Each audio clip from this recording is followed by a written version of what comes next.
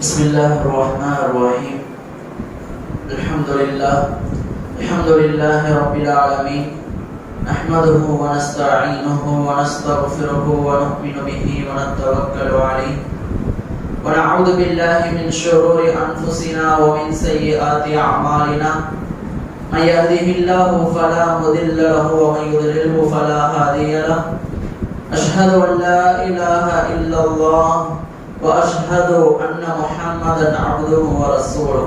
أما بعد، قال الله تعالى في القرآن العظيم والقرآن المجيد: أعوذ بالله من الشيطان الرجيم.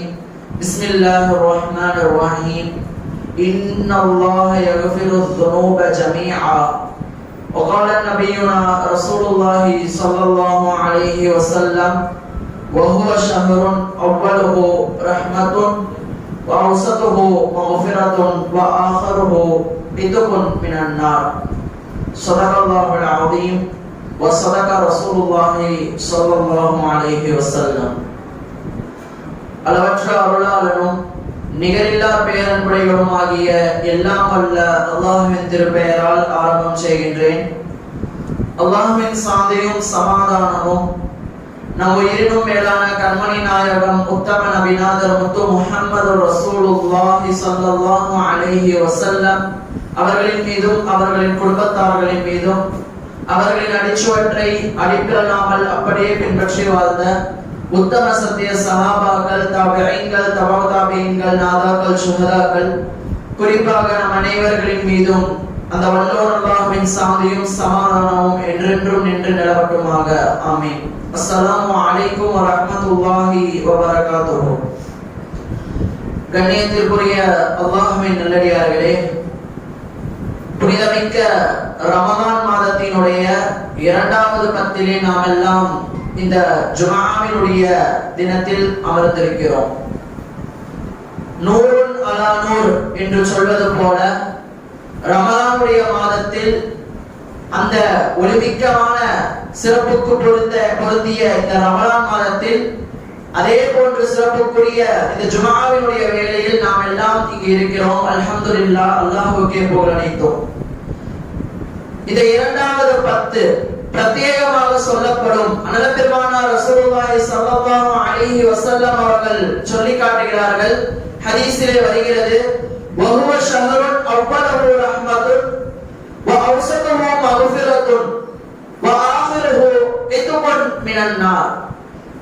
இந்த ரமலான் மாதத்தினுடைய அந்த நாட்களை மூன்றாக பிரிப்பார்கள். அதில் முதல் 10 நாட்கள் ரஹ்மத்திற்கான நாட்களாகவும், இரண்டாவது 10 நாட்கள் மக்ஃபிரத்திற்கான நாட்களாகவும், மூன்றாவது 10 நாட்கள் நரகத்தினுடைய விடுதலைக்கான நாட்களாகவும் அனல் பெருமானார் ரசூலுல்லாஹி ஸல்லல்லாஹு அலைஹி வஸல்லம் அவர்கள் நமக்கு பிரித்து காட்டியிருக்கிறார்கள்.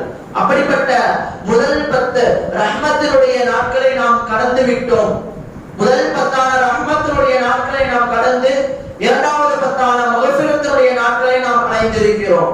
இந்த மக்ஃபிரத்தினுடைய இந்த 10 நாட்களிலே அல்லாஹ்விடத்தில் நாம் எந்த அளவுக்கு பாவ மன்னிப்பை கேட்க வேண்டும். ஹதீஸிலே ஏராளமாக வருகிறது. மக்ஃபிரத்தை பற்றி குர்ஆனிலும் ஹதீஸிலும் எக்கச்சக்கமான வசனங்களும் ஹதீஸ்களும் நமக்கு சொல்லி காட்டப்பட்டிருக்கிறது. அப்படி அல்லாஹ்விடத்திலே எப்படி மக்ஃபிரத்தை பெற வேண்டும், அந்த மக்ஃபிரத் என்றால் என்ன, அதை எந்த அளவுக்கு இஹ்லாஸுடன் நாம் கேட்க வேண்டும் என்று நாம் கவனிக்க வேண்டும்.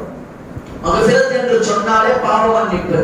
நாம் செய்த பாவத்திற்காக அல்லாஹ்விடத்திலே மனமுருகி அவனிடத்திலே மன்றாடி நாம் அந்த பாவ மன்னிப்பை பெற்றுக்கொள்ள வேண்டும்.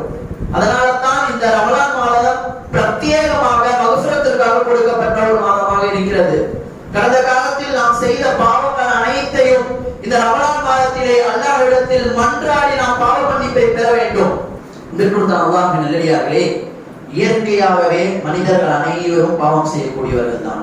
இயற்கையாகவே மனிதர்கள் அனைவரும் பாவம் செய்யக்கூடியவர்கள் தான். எந்த ஒரு மனிதரும் நாம் பாவம் செய்யவே முடியாது, நான் மனிதன் புனிதன் என்று யாராலும் சொல்லிவிட முடியாது. அனைத்து மனிதர்களும் அனல் பெருமானார் அவர்கள் சொல்லி காட்டுகிறார்கள், இவ்வுலகில் பிறந்த ஆதவருடைய மகன்கள் அனைவருமே பாவம் செய்யக்கூடியவர்கள் தான். பாவம் செய்யக்கூடியவர்கள் தான். ஆனால் அந்த பாவம் செய்தவர்களில் உயர்ந்தவர்கள் யார் என்று சொன்னால், அந்த பாவம் செய்ததற்காக மனமுருந்தி அல்லாஹ்விடத்திலே தௌபா செய்கிறார்கள் அல்லவா, அவர்கள் தான் சிறந்தவர்கள் என்று பெருமானார் ரசூலுல்லாஹி ஸல்லல்லாஹு அலைஹி வஸல்லம் அவர்கள் நமக்கு சொல்லி காட்டுகிறார்கள். அப்பொழுது பாவம் என்பது ஒரு மனிதன் செய்யவே முடியாது என்று சொல்ல முடியாது. நிச்சயமா ஏதோ ஒரு விஷயத்துல ஹதீஸிலே வருகிறது, தன்னுடைய கண்கள் பாவம் செய்கிறது, சினா செய்கிறது என்றெல்லாம் வருகிறது, தன்னுடைய கைகள் சினா செய்கிறது, கால்கள் சினா செய்கிறது, விபச்சாரம் செய்கிறது என்று சொல்கிறார்களே, இதெல்லாம் என்ன என்று சொன்னால், நாம் கண்ணால் பார்க்கக்கூடிய பல விஷயங்கள் இருக்கிறது. எதேர்ச்சையா ஒரு பெண்ணை பார்க்கிறோம், நம்மள அறியாம ஒரு பெண்ணை பார்க்கிறோம், அதுவும் பாவம் தான். எதேர்ச்சையா கெட்ட விஷயத்தின் பக்கம் நம்முடைய கால் சென்று விட்டது, அதுவும் பாவம் தான். எதேர்ச்சையா தவறான முறையில் ஒரு மனிதனை அடித்து விட்டோம், அதுவும் பாவம் தான். இப்படி ஆதவருடைய மகன்கள் ஒவ்வொருவரும் ஏதோ ஒரு விஷயத்திலே பாவம் செய்து கொண்டேதான் இருப்பார்கள். அப்போ பாவம் செய்யாதவர்கள் யார் என்று கேட்டால், மலக்குமார்களும் நபிமார்கள் மட்டும்தான். அவர்கள் மட்டும்தான் பாவத்திலிருந்து விடுபட்டவர்கள். பாவம் என்றாலே என்னென்னு தெரியாதவர்கள். அப்படிப்பட்டவர்கள் தான் மலக்குமார்கள், நபிமார்கள். ஆனால் நம்முடைய மனித சமுதாயம் ஒவ்வொருவரும் பாவம் செய்யக்கூடியவர்கள். இப்படி பாவத்திலிருந்து தடுக்கப்பட்டவர்களாக முன்பின் பாவங்கள் எல்லாம் மன்னிக்கப்பட்டவர்கள் பெருமானார் ரசூலுல்லாஹி ஸல்லல்லாஹு அலைஹி வஸல்லம் அவர்கள். அப்படிப்பட்ட பெருமானார் ரசூலுல்லாஹி ஸல்லல்லாஹு அலைஹி வஸல்லம் அவர்கள் சொல்கிறார்கள், வல்லாஹி இன்னி லா அஸ்தக்ஃபிருல்லாஹ வ அதூபு இலைஹி ஃபில் யௌமி அக்தர மின் 70 மர்ரா. வல்லாஹி அல்லாஹ்வின் மீது ஆணையாக நான் தினந்தோறும் ஒவ்வொரு நாட்களும் 70 முறை நான் அல்லாஹ்விடத்திலே பாவ மன்னிப்பை கோருகிறேன் என்று சொல்கிறார்கள். சில ரிவாயத்துகளில் 100 முறை, 100 முறை நான் பாவ மன்னிப்பை கேட்கிறேன் அல்லாஹ்விடத்தில் என்று நாம் வருகிறது ஹதீஸிலே. முன்பின் பாவம் மன்னிக்கப்பட்ட அண்ணல் பெருமானார் அவர்களே எதற்காக பாவ மன்னிப்பு பெற வேண்டும், அல்லாஹ்விடத்திலே எதற்காக பாவ மன்னிப்பை கேட்க வேண்டும் என்று சொன்னால், இது முஃமின்களுக்கு அண்ணல் பெருமானார் ரசூலுல்லாஹி ஸல்லல்லாஹு அலைஹி வஸல்லம் அவர்கள் சொல்லி காட்டுகிறார்கள். அண்ணல் பெருமானார் அவர்கள் இப்படி ஒரு நபியான நான் 100 முறை நான் பாவ மன்னிப்பை கேட்கிறேன் என்று சொன்னால், சாதாரண மனிதன் பாவத்திலேயே மூழ்கி இருக்கக்கூடிய நாம் எந்த அளவிற்கு ஒரு நாளைக்கு அல்லாஹ்விடத்திலே பாவ மன்னிப்பு கேட்க வேண்டும். நினைத்து பாருங்கள் சகோதரர்களே. எப்படி பாவம் என்பது எந்த அளவுக்கு பெரியதாக இருந்தாலும் பிறகு அல்லாஹ்விடத்திலே நாம் அந்த பாவத்தை வருந்தி தௌபா செய்கிறோம் அல்லவா, இது அல்லாஹ்விற்கு மிக மிக பிடித்தமான செயல். ஹதீஸிலே வருகிறது, ஒரு மனிதர் 99 கொலை செய்து விட்டார். ஒரு மிக பெரும் ஒரு ஆலிமிடத்திலே சென்று கேட்கிறார், என்னுடைய கொலைக்கான தௌபா, எனக்கு பாவ மன்னிப்பு வழங்கப்படுமா என்று கேட்கிறார். இல்லை, உனக்கு பாவ மன்னிப்பு வழங்கப்படாது என்று அந்த மனிதர் சொல்கிறார். உடனே அந்த மனிதரையும் கொலை செஞ்சுட்டு 100 கொலையா ரவுண்ட் ஆக்கிறார் அந்த மனிதர்.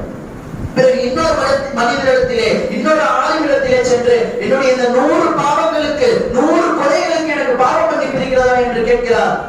அல்லாஹ்வுடைய பாவம் எல்லாம் மன்னிச்சுவான் அப்படின்னு சொல்றாங்க.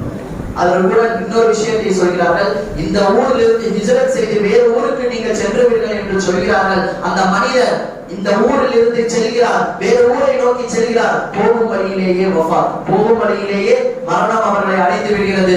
அல்லாஹ் மலக்குமார்களை அனுப்பி இந்த மனிதனுடைய அந்த செயலை பார்க்க சொல்கிறான். அவன் நரகவாதியா சொர்க்கவாதியா என்று பார்க்க சொல்கிறான். அப்பொழுது எப்படி கணக்கிடுவது என்று சொன்னால், அந்த மனிதர் அந்த ஊரில் இருந்து எவ்வளவு தூரம் அதிகபட்சமாக அந்த புதுமையான அந்த ஊரை நோக்கி சென்று விட்டார் என்று சொன்னால் அவர் சொர்க்கவாதி. ஒருவேளை அவர் கிளம்பின ஊருக்கு மிக நெருக்கமாகத்தான் இருக்கிறார் என்று சொன்னால் அவர் நரகவாதி என்று நிர்ணயிக்கப்படுகிறது. ஆனால் அவர் கிளம்பிய ஊருக்கு மிக நெருக்கமாகத்தான் இருக்கிறது. சொல்ல போனால் அந்த மனிதர் நரகவாதியாகத்தான் இருக்க வேண்டும். ஆனால் அல்லாஹ்வுடைய ரஹ்மத், அல்லாஹ்வுடைய கிருபை அந்த மனிதருக்கு மக்ஃபிரத்தை கொடுக்கிறான். அந்த பூமியை விசாலப்படுத்தி கொடுக்கிறான். அந்த மனிதன் அவருடைய சொந்த ஊரில் இருந்து கிளம்பிய அந்த இடப்பட்ட காலத்தை, அந்த இடப்பட்ட அந்த நேரத்தை விரிவாக்கி அவர் செல்லக்கூடிய அந்த எல்லையை சுருக்கி விடுகிறார். அப்பொழுது அந்த மனிதருக்கு சொர்க்கம் என்று நிர்ணயிக்கப்படுகிறது. இப்படி அல்லாஹ் தந்திரங்களை வைத்து அல்லாஹ் ஒரு மனிதனுக்கு நிச்சயம் பாவ மன்னிப்பை கொடுப்பான்.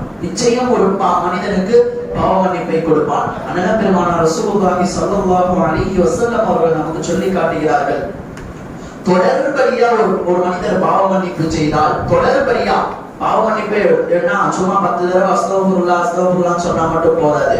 நாம் எப்பெல்லாம் பாவம் செய்கிறோமோ உடனே அல்லாஹ் நான் இப்படி பாவம் செய்து விட்டேன், அறியாமையில் செய்து விட்டேன், என்னுடைய பாவத்தை மன்னித்திருனேன் என்று நம்முடைய மனமுருகி கண்ணீர் மல்க அல்லாஹ்விடத்திலே பாவ மன்னிப்பு கேட்க வேண்டும். அப்படி ஒரு மனிதர் தொடர்படியா பாவ மன்னிப்பு கேட்கிறார்னா அவர் 3 விஷயத்தை பார்ப்பார் என்று அல்லாஹ் பெருமானார் ரசூலுல்லாஹி ஸல்லல்லாஹு அலைஹி வஸல்லம் நமக்கு சொல்லி காட்டுகிறார்கள். அதில் ஒன்றாவது, தொடர்படியா பாவ மன்னிப்பு செய்யக்கூடிய அந்த மனிதருக்கு பிரச்சனைகளிலிருந்து தீர்வு காணப்படும். அவருடைய பிரச்சனைகளிலிருந்து அவருக்கு தீர்வு காணப்படும். இன்றைக்கு பார்க்கிறோம், பிரச்சனை இல்லாத மனிதரே இல்லை. எந்த விஷயத்தை பார்த்தாலும் பிரச்சனை, குடும்பத்துல பார்த்தா பிரச்சனை, தொழில பார்த்தா பிரச்சனை, ஏதோ ஒரு இடத்துக்கு போனா பிரச்சனை. உலகத்திலே எந்த இடமும் பிரச்சனை இல்லாத இடம் இல்லை மஸ்ஜிதை தவிர. மஸ்ஜிதை தவிர வெளியுள்ள அனைத்து இடங்களும், வீடாக இருந்தாலும் பிரச்சனை, கம்பெனியாக இருந்தாலும் பிரச்சனை, பள்ளிக்கூடமாக இருந்தாலும் கல்லூரியாக இருந்தாலும் பிரச்சனை. இன்னொரு இடம் பிரச்சனை இல்லாத இடம் சொன்னா, நல்லவனா இருந்தா அவனுக்கு கபருல பிரச்சனை இல்ல, கெட்டவனா இருந்தா கபரு கூட அவனுக்கு பிரச்சனை தான். கபரு கூட பிரச்சனையாகத்தான் இருக்கிறது. அப்போ தொடர்படியா ஒருத்தர் பாவ மன்னிப்பு கேட்டு வருகிறான் என்று சொன்னால் அவனுக்கு கிடைக்கக்கூடிய ஒரு விஷயம், அவனுடைய பிரச்சனைகளிலிருந்து அவனுக்கு தீர்வு காணப்படும். பிரச்சனைகளிலிருந்து தீர்வு காணப்படும்.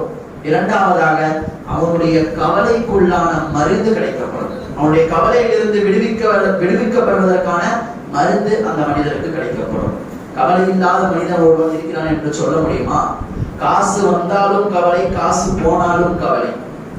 மனைவியை கட்டினாலும் கவலை, மனைவி இல்லைனாலும் கவலை.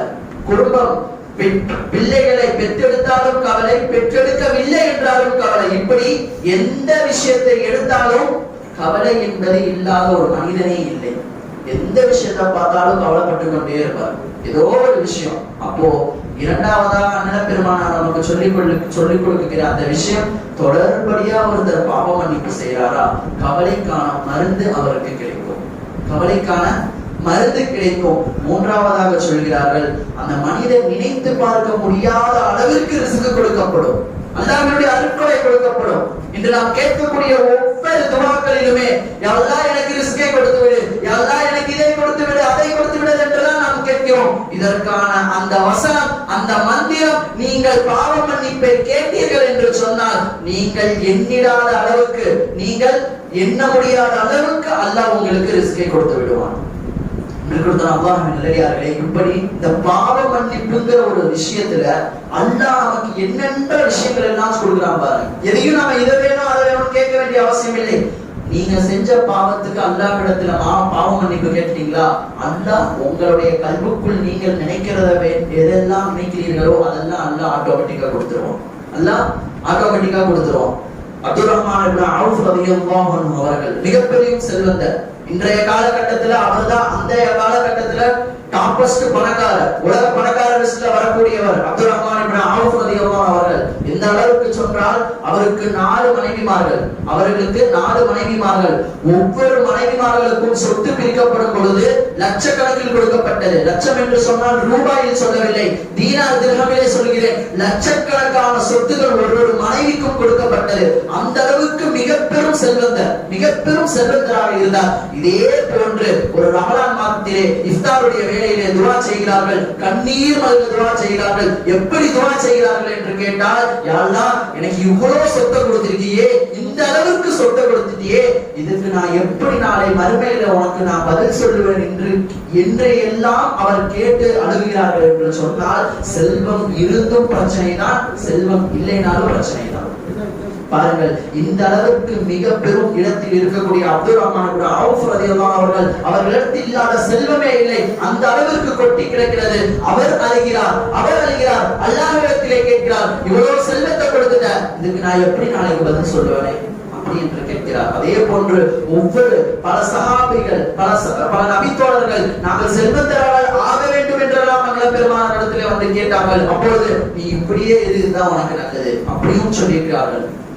பணம் வந்தாலும் கவலை கஷ்டம், பணம் போனாலும் கவலை கஷ்டம். அதனாலதான் நல்ல பெருமானார் அவர்கள் சில சஹாபாக்களை பார்த்து சொன்னார்கள், நீங்க இப்படியே இருங்க, செல்வந்தர்களாகவும் நினைச்சிடாதீங்க. ஏன்னா காசு பணம் வந்துச்சுன்னா தொழுகை விட வேண்டிய நிலைமை வந்துடும், கஷ்டம் வந்துடும், பயம் வந்துடும், ஏதோ ஒரு பிரச்சனை வந்துடும், நீங்க பயப்படுவீங்க, உங்களுடைய அமல்ல குறைவு வந்துடும் அப்படின்னு சில சகாபாக்களுக்கும் சொல்லப்பட்டிருக்கிறது. அப்போ என்ன விஷயத்தை எடுத்தாலும் அதற்கு எதுவே மோனையாக எல்லா விஷயத்திலுமே பிளஸ் ஒன்று இருந்தா நிச்சயமாக மைனஸ் ஒன்று இருக்கு.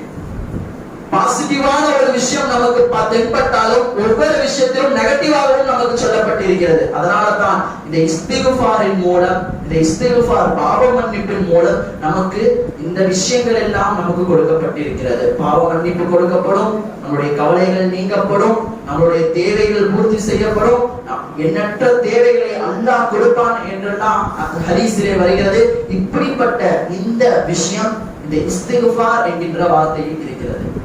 இந்த இஸ்திக்ஃபார் எவ்வளவு தடவை செய்யலாம், எந்த அளவிற்கு செய்யப்படும்? ஹதீஸிலே வருகிறது, மரணம் உங்களுடைய அந்த தொண்டை குழியை அடைவதற்கு முன்பாக வரை நீங்கள் இஸ்திக்ஃபார் செய்யலாம், உங்களுடைய பாவ மன்னிப்பு ஏற்றுக்கொள்ளப்படும். அப்படி அடைஞ்சிருச்சுன்னு சொன்னா உங்களுடைய பாவ மன்னிப்புக்கான அந்த கதவு பூட்டப்பட்டுவிடும். உங்களுடைய பாவ மன்னிப்பிற்கான அந்த கதவு பூட்டப்பட்டுவிடும். அதற்கு முன்பாக நாம் பாவ மன்னிப்பை பெற்றுக்கொள்ள வேண்டும். இன்றைய காலகட்டத்திலே பார்க்கிறோம், சர்வ சாதாரணமாக பாவங்கள் நிகழ்கிறது, சர்வ சாதாரணமாக பாவங்கள் நிகழ்கிறது. அந்த பாவத்தை செஞ்சுட்டு அந்த மனுஷன் சொல்றான், இந்த ஹதீஸ வச்சு சில மனிதர்கள் சொல்வார்கள், அல்லாஹ் பாவத்தை மன்னிக்க கூடியவன் தானே, நான் பாவ மன்னிப்பை கேட்டுக்கிறேன் என்று சொன்னானே சொல்கிறார்களே, அந்த மனிதர்கள் நன்றாக சிந்திக்க வேண்டும். மரணம் எப்பொழுது நம்மை அடையும் என்று நமக்கு தெரியாது. மரணம் எப்பொழுது நம்மை அடையும் என்று தெரியாது. பாவம் செய்து சாதாரணமாக நம்முடைய வாழ்க்கையை கழித்து விட்டு ஏதோ ஒரு 60 வயசு தாண்டினதுக்கு அப்புறம் படுத்த படுக்கை அவனே அல்லாஹ்விடத்துல பாவ மன்னிப்பு கேட்டுதான் நினைத்து விடக் கூடாது. சிறு குழந்தைக்கும் மௌத் வருகிறது, 20 வயசு இளைஞர்களுக்கும் மௌத் வருகிறது, 100 வருஷம் வாழக்கூடிய பெரியவர்களுக்கும் மௌத் வரும் என்பதை மறந்துவிட வேண்டாம். அப்பொழுது நாம் சாதாரண மனிதர்களாக வாழ்ந்து கொண்டிருக்கிறோம். இவ்வுலகிலே நம்மளுடைய பாவங்களோ மூட்டை மூட்டையாக நிம்பிக் கொண்டிருக்கிறது. இதற்கான பாவ மன்னிப்பை நாம் எப்பொழுது கேட்கப் போகிறோம்? அதற்காகத்தான் அல்லாஹ் நமக்காக பிரத்யேகமாக இந்த ரமலான் மாதத்தை கொடுத்திருக்கான், பாவ மன்னிப்பிற்கான மாதத்தை கொடுத்திருக்கிறான். இப்படிப்பட்ட இந்த மாதத்திலே நாம் அழுது அல்லாஹ்விடத்திலே துஆ செய்ய வேண்டும். அல்லாஹ்விடத்தில் அதிகம் நாம் பாவ மன்னிப்பை கேட்க வேண்டும். இரவு நேரங்களிலே பாவ மன்னிப்பை அதிகமாக கேட்க வேண்டும். இஃப்தாரினுடைய நேரம், துஆ கபூலாக்கப்படக்கூடிய நேரம், தஹஜ்ஜுடைய நேரம், அல்லாஹ் பாவத்தை நான் மன்னிக்கிறேன் என்று முதல் வானத்தில் கேட்கிறான். அந்த நேரம் கபூலாக்கப்படக்கூடிய நேரம். அன்றைய நேரத்தில் நாம் அதிகம் பாவ மன்னிப்பை கேட்டோம் என்று சொன்னால் நிச்சயமாக அல்லாஹ் நம்முடைய பாவத்தை மன்னிக்காமல் இருக்க போவதில்லை. எனவே வாழக்கூடிய வாழ்க்கையில் முழுமையாக அல்லாஹ்விடத்திலே சரணடைந்தவர்களாக நம்முடைய பாவங்கள் அனைத்திலிருந்தும் மீளக்கூடிய வாக்கியத்தை வல்ல ரஹ்மான் நம் அனைவருக்கும் தந்தருள் புரிவானாக. தெரிந்தும் தெரியாமலோ, அறிந்தும் அறியாமலோ, மறைமுகமாகவோ பகிரங்கமாகவோ வெளிப்படையாகவோ கூட்டாகவோ தனியாகவோ செய்த அனைத்து விதமான பாவங்களை இந்த ரமலான் மாதத்தின் பொருட்டு அல்லாஹ் மன்னிப்பானாக. ஆமீன் ஆமீன் யா ரப்பல் ஆலமீன். வ ஆஹிரு தவானா அனில் ஹம்துலில்லாஹி ரப்பில் ஆலமீன். அஸ்ஸலாமு அலைக்கும் வ ரஹ்மத்துல்லாஹி வ பரகாத்துஹு.